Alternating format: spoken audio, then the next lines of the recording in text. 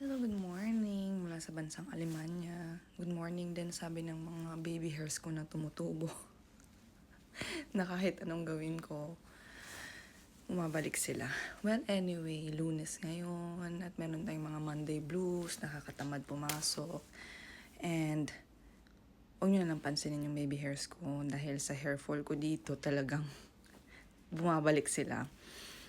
Anyway, marami ako napapanood sa TikTok ko, sa mga TikTok videos na content nila, leaving Germany, na iniiwan nila ang Germany and migrate to other countries. Well, for a fact, I would understand why someone would choose to leave this country because of a lot of factors. Number one is the language barrier. The language itself would be a burden for someone who wants to work and live here. Very draining yung Sprache, yung language dito. Imagine you can speak English at work, but you must speak the language here, and that is totally draining. It came to a point na I felt like I'm not growing, there's no growth because of the language. Just because of the language, I feel I'm not growing, I cannot show what I am here, something like that. But then, I came to realize that the country is for me better, work for us as a family, that I just have to accept the fact, because if I keep on rejecting it, then I will not be happy here. So I guess that would be one factor. If you cannot learn to accept the language here, that you have to live with it, that you have to speak the language here. Second is if you're alone here without your support system, which is, fortunately, I have my support system here when I arrive here, and that is my husband and my family.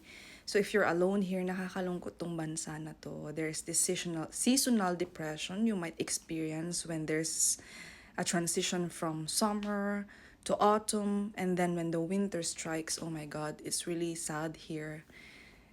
The clouds are gray, there's no color at all, so just when you're being alone here will make you think that to leave the country, kasi nakakalungkot siya lalo kung hindi mo siya malabanan. Third is, well, right, when you start here, kung bago ka pa lang dito, you earn little, not enough for your expenses and your needs. Paying the Wohnung itself, your apartment, is already a big minus from your allowance, from your salary, because it's expensive, lalo when you choose to live on your apartment alone. So you have to pay your own bills, everything, wala kang ka-share. Sabayan mo pa ng expenses mo, ng basics mo, and your, of course, sa mga breadwinners dyan, ng mga may family sa Pinas, padala sa Pinas. So, roughly the net to 1,800 to 2,000 from the beginning, starting salary is not enough, especially when you're alone, paying your own apartment, paying your own internet and everything. Kulang siya. Plus, padala mo sa Pilipinas, I don't know, roughly maybe 200 to 300 euros.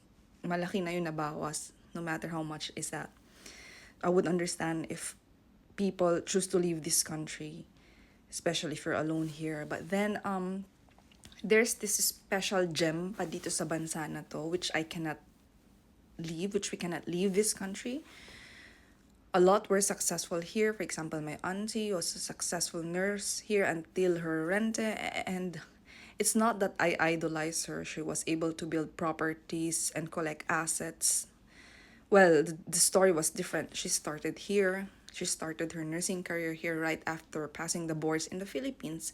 Sila yung batch na kinuha sa Pilipinas and went here and then started their journey here. And then, yeah, kompleto yung rente na na-receive niya. She was able to live frugal living. Yun naman yung gusto ko dito, is that here, it's not a big deal or an issue if you live frugal. Kasi people here are not flashy. They're low-key, rich and wealthy.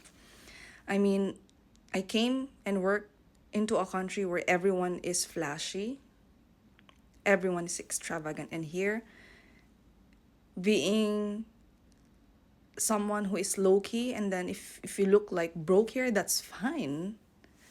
If you look like you don't have money here, if you look like homeless here, that's not an issue. I mean, not naman to the point that you will look like homeless, but if you look like broke here, that's fine. It's not an issue.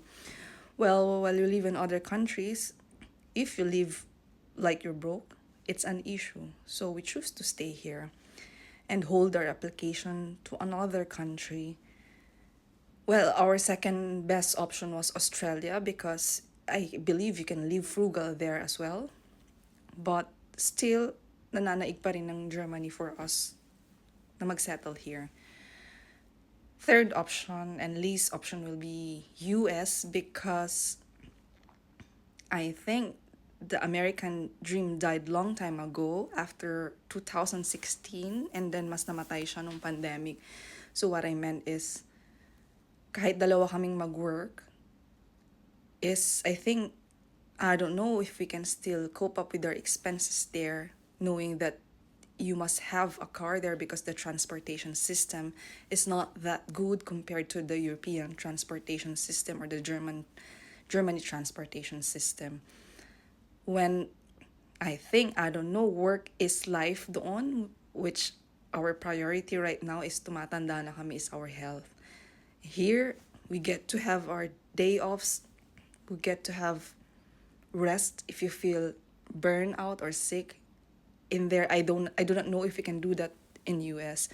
Anyway, that's your priority. We have our own priorities. Whatever works for you, I hope that in the end, kahit saang lupalop ng bansa tayo mapunta, wherever we stay, whichever part of the world we choose to live in, is that we will be contented and we will be happy because that's important that we will be happy. So yun lang, I'm about to do my morning shift in 10 minutes. So yun, have a great weekend ahead.